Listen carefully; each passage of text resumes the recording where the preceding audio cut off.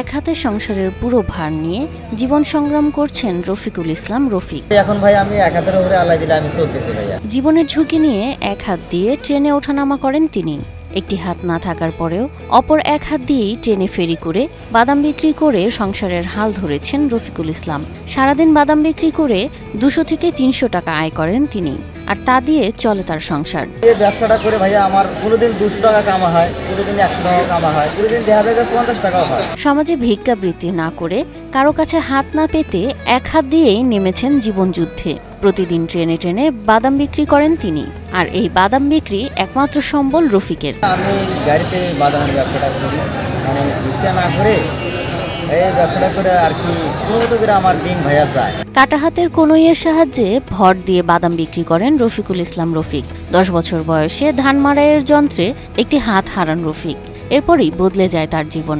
তবুও থেমে থাকেননি তিনি, চালিয়ে যাচ্ছেন জীবন সংগ্রাম, যা চলছে এখনো। আমার যখন 9-10 বছর বয়স, তখন আমার বাড়িতে একটা ধান ভাঙ্গা একটা মেশিন ছিল, ফিতা দিয়ে, গ্রাম অঞ্চলে মেশিন দিয়ে।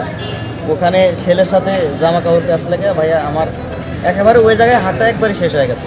সঠিক প্যাড আর সঠিক তথ্য দিয়ে এসব সামলে নিব এক হয়ে। Monalisa sanitary napkin. কারো কাছে হাত না পেতে ভিক্ষাবৃত্তি না করে বাদাম বিক্রি করে জীবিকা নির্বাহ করেন রফিকুল ইসলাম। তার কোনো জমি জমা নেই, মানুষের জমিতে দীর্ঘদিন যাবৎ বসবাস করছেন তিনি। এই ব্যবসাটা প্রায় আমি 3-4 বছর হলে করতেছি ভাইয়া। যখন থেকে বিয়ে করছি তারপরে থেকেই মানে এই ব্যবসাটা করে ভাইয়া আমি চলতেছি। অনেকে আমাকে বলে যে এই ব্যবসাটা বাদ দিয়ে তুমি মানুষের কাছে হাত পাতে, তুমি ওটি তোমার কাছে ভালো হয়।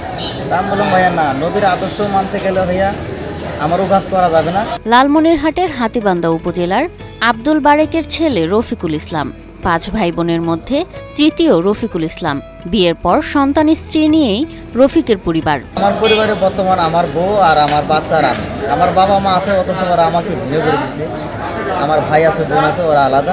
অভাবের মাঝেও টানাপোড়েনে রফিকুল ইসলাম কোন রকম বেঁচে আছেন বাদাম বিক্রি করে। নতুন কাপড় কিনতে পারি না, পুরানা সিঙ্গেল কাপড় সেকেন্ড হ্যান্ড ওগুলো কিনে ভাই আমি ব্যবহার করি। শারীরিক প্রতিবন্ধকতা নিয়েও সমাজে মাথা উঁচু করে বাঁচেন রফিক, যার প্রশংসা করেন অনেকে। আর একটা হাত নাই, উনি ব্যবসা করে খাচ্ছে, আমরাও একসাথে ব্যবসা করি। সে অনেকদিন থেকে ব্যবসা বাণিজ্য করতেছে, তার কিন্তু একটা হাত নাই। সে ভিক্ষা না করে, সে কারো কাছে সাহায্য না আছে, সে বাদামের ব্যবসা করে। রফিক যাতে একটু ভালোভাবে থাকতে পারে সেজন্য সব ধরনের সহযোগিতা করার আশ্বাস দেন স্থানীয় চেয়ারম্যান আরিফুল ইসলাম। আমাদের ইউনিয়ন পরিষদ থেকে যেটুকু আমরা সাহায্য করতে পারি তাকে আমরা করতেছি, ইনশাল্লাহ সেটা ভবিষ্যৎ করব। আর দেশবাসী এবং বিত্তবান সমাজে এবং যারা বিদেশে বসবাস করতেছে তাদের কাছে অনুরোধ থাকবে এই শারীরিক প্রতিবন্ধী রফিকের ভালোভাবে একটা জীবনযাপন করার জন্য আপনাদের সবার সহযোগিতা এবং দোয়া কামনা করতেছি।